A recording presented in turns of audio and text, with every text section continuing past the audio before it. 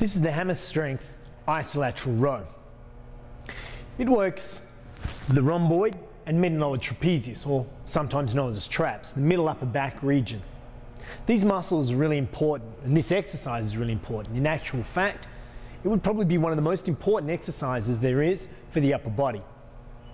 The reason for this is because day to day, most people, they sit at a desk, they sit in the car or sit on the couch, and their shoulders roll forward. This machine allows us to give a greater focus to that middle upper back region, bringing out those muscles. Well, increasing posture for those muscles, but it also brings out those muscles for those looking for development. The word isolateral I mentioned before. This means that there's two loading points. You'll see there's a loading point down to the right and to the left-hand side. Isolateral means that these two lever arms, they work independently of each other. That allows me to use this machine using two hands, a single hand, an alternating action, or even an uneven loading. This is a great foundation exercise for developing strength for activities such as picking things up off the ground. This machine, because of its isolateral, it takes it another level, because by using that single hand, it allows us to increase the strength of the muscles that stabilize through the core and then stabilizing our spine, as well as producing rotational, powerful movements. So let's have a look at the setup. As I mentioned already, there's two loading points, so we make sure we have an equal weight, if that's what we desire, on each of the loading horns. We then adjust the seat. Adjustment of the seat is according to which of the handles we're going to use. I'm going to adjust the seat here because I'm going to use the handles on the vertical plane.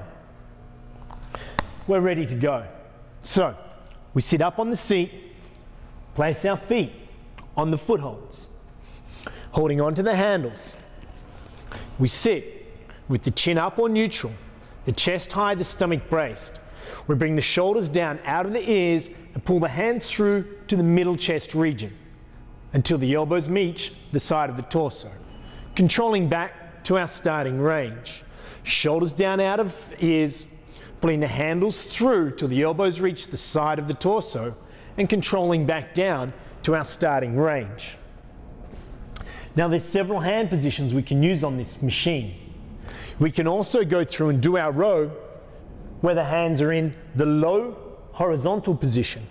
This lower horizontal position, it still works in a rowing action, so we're still getting a lot of emphasis towards that middle upper back. Still using latissimus to extend the arm, but really putting a focus still into that middle upper back.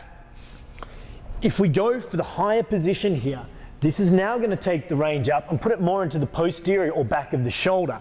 So we reach into a greater reach there, and you'll see as I pull my shoulders down and pull the elbows through, the elbows stay much higher, putting that emphasis into that upper back and posterior shoulder or back of the shoulder as previously mentioned. But not only do we have the different handle positions on this machine, remember we talked about the isolateral. What I've done so far is use two hands on the machine. What that does, it balances out any strength difference from one side to the other. Then we can also, on this machine, use it in a single hand mode. So here, placing my hand across the stomach to remind me to switch on these core muscles. Holding onto the handle, I squeeze the shoulder down out of ear, pull the elbow through to the side of the torso, and control back down. The machine's trying to pull me off, so I've got to use my erector spinae or back muscles to help stabilize and my core abdominal rotational muscles to help stabilize me throughout that action. I can also use an alternating action. So my chin is up, chest is high. With this action, I use an alternating action from side to side. What this does, it then alternates the load from one side to the other. So I have to keep on switching the stabilizing mechanism. If I do desire or need, if someone's going through rehabilitation, I can use an uneven load. The uneven load allows me on the rehabilitating side to lift less weight, so still working it if, obviously, as my physiotherapist or doctors prescribe, I can lift with a lighter weight and I can lift with a normal weight on my uninjured side. Some common mistakes that you'll see when people use the rowing style action. quite often some people will forget to engage that middle upper back, and they'll pull with the bicep but forget to engage the middle upper back muscles. This is a problem.